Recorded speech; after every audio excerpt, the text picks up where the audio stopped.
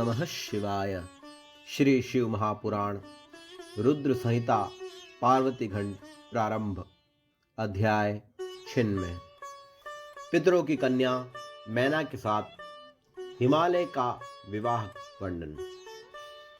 नारद जी बोले, हे ब्राह्मण, आपने पिता की यज्ञ में शरीर का त्याग कर दक्ष कन्या सती देवी जगदम्बा किस प्रकार हिमालय की पुत्री बनी और किस तरह अत्यंत उग्र तपस्या करके उन्होंने शिवजी को पति रूप में प्राप्त किया, मैं यह आपसे पूछ रहा हूँ, आप विशेष रूप से बताइए। ब्रह्मा जी बोले, हे मुनिश्रेष्ठ, आप शिवा के परम पावन दिव्य सभी पापों को दूर करने वाले कल्याणकारी तथा उत्तम चरित्र को सुनिए। दक्ष कन्या सती देवी जब प्रसन्नचित्त होकर शिवजी के साथ हिमालय पर्वत पर लीलापूर्वक क्रीड़ा करती थी, उस समय मात्र प्रेम से भरी हुई हिमालय की प्रिया मैना संपूर्ण सिद्धियों से युक्त यह मेरी पुत्री है ऐसा समझकर उनकी सेवा में संलग्न रहती थी। हे मुने, दक्ष कन्या सती देवी ने जब पिता दक्ष के द्वारा अपमानित होकर क्रोधित हो यज्ञ में अपना शरीर त्याग दिया, उस समय हिमालय प्रिया मैना शिवलोक में स्थित उन भगवती सती की आराधना करना चाह रही थी। उन्हीं के गर्भ से मैं पुत्र के रूप में उत्पन्न हूँ, ऐसा हृदय में विचार कर शरीर का त्याग करने वाली सती ने हिमालय की पुत्री होने के लिए मन में निश्चय किया।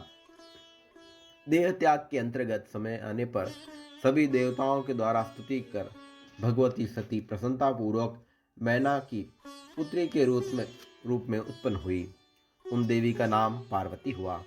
उन्होंने नारद के उपदेश से अत्यंत कठोर तपस्या कर पुनः शिवजी को पति रूप में प्राप्त किया। नारद जी बोले, हे ब्राह्मण, हे विधे, हे महाप्राज्ञ, हे वक्ताओं में श्रेष्ठ, आप मुझसे मैना की उत्पत्ति, उनके विवाह तथा चरित्र का वर्णन कीजिए, जिनसे भगवती सती ने पुत्री के रूप में जन्म लिया। वे मैना के देवी धन्या है, इसलिए वे पतिव्रता मैना सभी लोगों की मान्य एवं धन्य है। ब्रह्मा जी बोले, हे नारद, हे मुने, आप पार्वती की माता के जन्म, विवाह एवं अन्य भक्ति वर्धक पावन चरित्र को सुनिए। हे मुनिश्रेष्ठ, उत्तर दिशा में पर्वतों का राजा हिमालय नामक महान पर्वत है, जो महातेजस्वी तथा समृद्धशाली है। जंगम तथा स्थावर भेद से उनके दो रूप प्रसिद्ध हैं। मैं उसके सूक्ष्म स्वरूप का संक्षेप में वर्णन कर रहा हूँ। यह पर्वत रमणीय एवं अनेक प्रकार के रत्नों का आकार खान है, जो पूर्व एवं पश्चिम समुद्र के भीतर प्रवेश करके पृथ्वी के मानदंड की भांति स्थित है। वह नाना प्रकार के वृक्षों से व्याप्त है, अनेक शिखरों के कारण विचित्र शोभा से संपन्न है और सुखे सिंह, व्याघ्र आदि पशुओं से सदा सेवित रहता है। वह हिम का भंडार है, अत्यंत उग्र है, अनेक आश्चर्यजनक दृश्यों के कारण विचित्र है। देवता, ऋषि, सिद्ध और मुनि उस पर रहते हैं तथा वह भगवान शिव को बहुत प्रिय है। वह तप करने का स्थान है, अत्यंत पावन है, महात्माओं को भी पवित्र करने वाला है, तपस्या में अत्यंत शीघ्र सिद्धि प्रदान करता है, अनेक प्रकार की धातुओं की खान है और शुभ है। वह दिव्य रूप वाला है और सर्वांग सुंदर एवं रमणीय, शैल राजाओं का भी राजा, विष्णु का अंश है, विकार रहित एवं सज्जन पुरुषों का प्रिय है। उस पर्वत ने अपनी कुल परंपरा की स्थिति के लिए, धर्म की अभिवृद्धि के लिए और देवताओं तथा पितरों का हित करने की अभिलाषा से अपना विवाह करने की इच्छा की।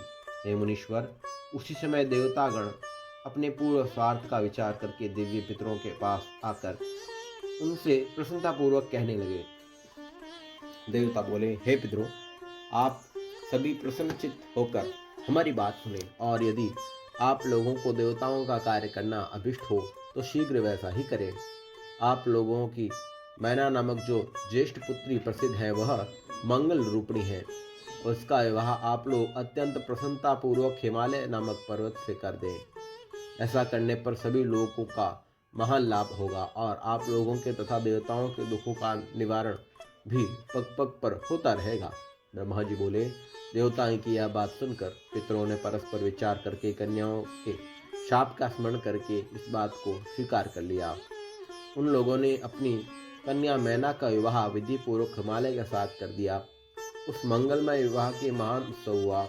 वामदेव शंकर का स्मरण कर विष्णु आदि देवता तथा समस्त मुनिगण उस विवाह में आए। उन लोगों ने अनेक प्रकार के दान देकर उत्सव करवाया।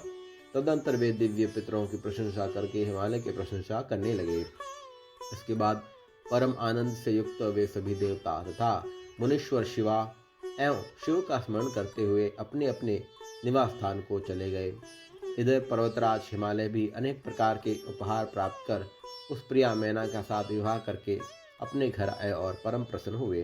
ब्रह्मा जी बोले, हे मुनीश्वर, मैंने मैना के साथ हिमालय के सुखद पवित्र विवाह का वर्णन कर दिया। अब और आप क्या सुनना चाहते हैं? ओम नमः शिवाय।